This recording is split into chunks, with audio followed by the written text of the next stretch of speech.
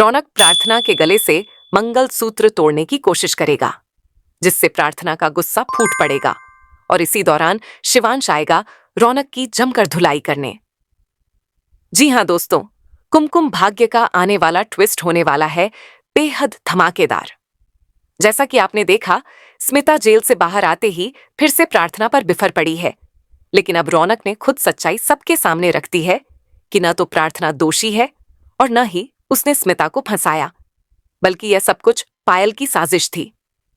पायल ने ही खाने में जहर मिलाया था और जब स्मिता रौनक को चुप रहने को कहती है तो वह जवाब देता है कि उसने सीसीटीवी में देखा है कि स्मिता खुद पायल से मिली थी।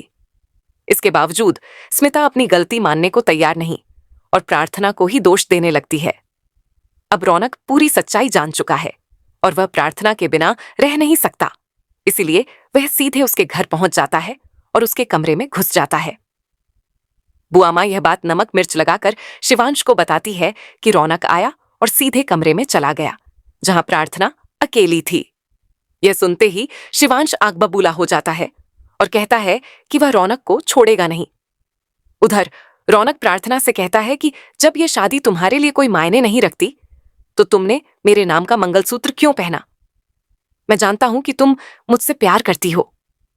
यह सुनकर प्रार्थना भावुक हो जाती है और रोने लगती है, लेकिन जब वह रौनक को रोकती है तो वह नहीं रुकता और गुस्से में आकर मंगलसूत्र तोड़ने की कोशिश करता है।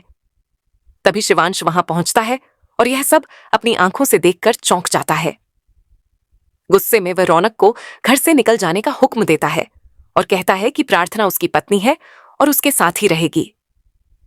दिल में प्रार्थना जानती है कि रौनक की हालत क्या है और वह उससे सच्चा प्यार करता था, लेकिन अब वह खुद शिवांश से प्यार करने लगी है और जल्द ही उसे इसका एहसास भी होगा। अब देखना यह होगा कि रौनक का क्या होगा, क्योंकि उसका प्यार सच्चा था, लेकिन उसे पाने की उम्मीद अब टूटती दिख रही है। तो दोस्तों, क्या आप भी तैयार हैं इस आने वाले तूफानी ट्विस्ट के लिए? हमें कमेंट में बताएं कि क्या आप चाहते हैं कि शिवांश जीत जाए, प्रार्थना का दिल और रौनक उसे भूल जाए। टीवी की ऐसी और लेटेस्ट अपडेट्स के लिए चैनल को सब्सक्राइब जरूर करें।